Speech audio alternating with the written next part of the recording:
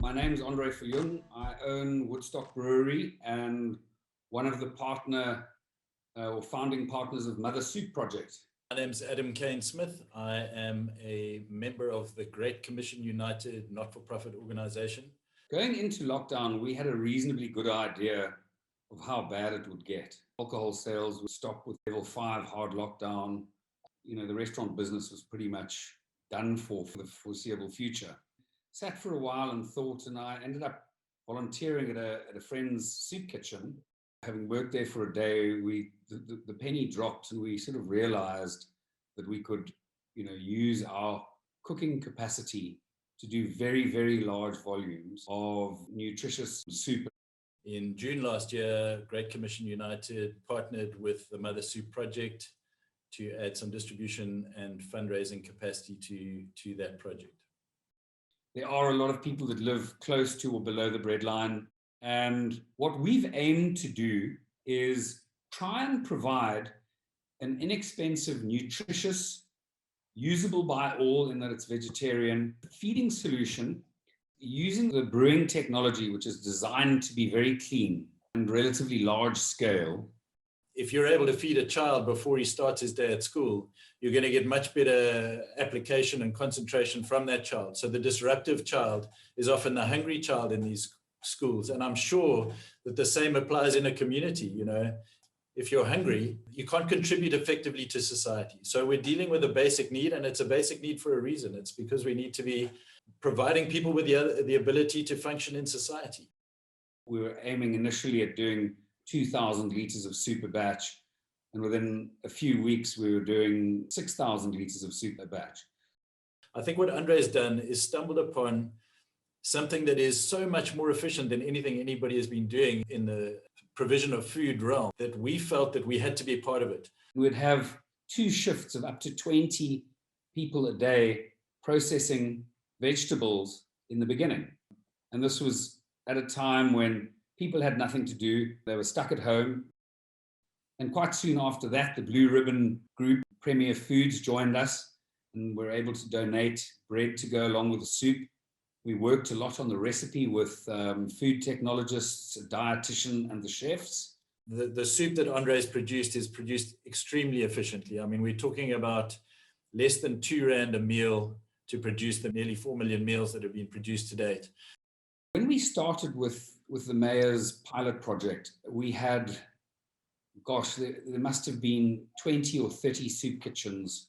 It was a running start that we took because the first 2,000 liters that we produced took us a long time to do, but it all went. Our partnership, which started in June, has evolved into one that sees GCU wanting to take Mother Soup into the future and way beyond a COVID crisis. If you can help us feed some people during the month, tell us the number of people you want to feed, and we'll tell you how much that's going to cost. We'll do it cheaper than anybody else. For R2 a meal, they can very quickly calculate how many people they're feeding for their donation every month. And to know that your money is going very far thanks to the efficiency that's been achieved from what Andre has stumbled upon as an amazing way to give hot nutritious food to many, many people every day. I think the one thing that really stands out is it's the attitude that we address all the issues, and believe me, we've had many. And we've had our boiler breakdown several times. We've broken the one big tank that we use has got a big gearbox and big motor that drives it.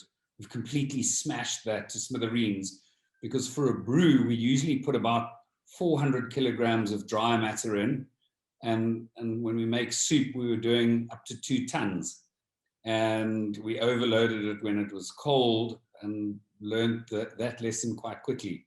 To put a 50,000 Rand motor into beyond economic repair status in the matter of one cook does make one wonder a little. And then the overriding fallback has been, okay, relax.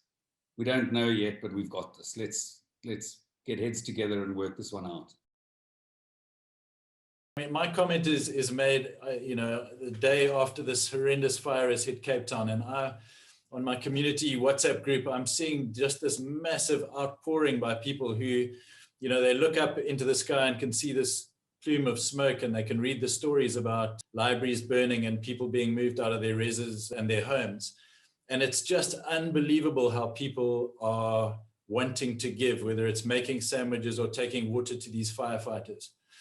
I think what we're about is providing exactly that kind of support, despite the fact that there's no plume of smoke and big headline in the paper.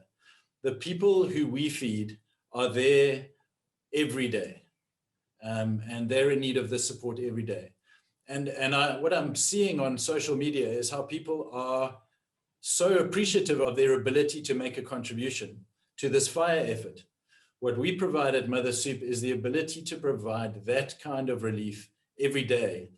South Africa has its problems, but if you have a look at the outpouring that we've seen, as Adam has mentioned, there are a lot of great people, and we've got a lot to fight for, and we've got to do our best, because we need to feed people when they're learning. We need to create a basic infrastructure that, you know, facilitates a life worth living for everyone.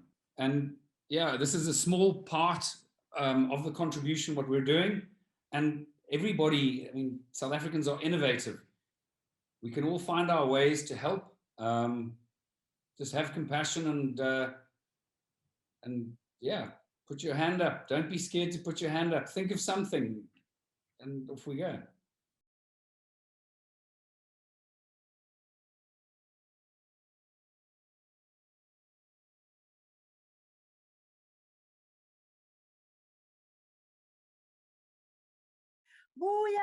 Siyabonga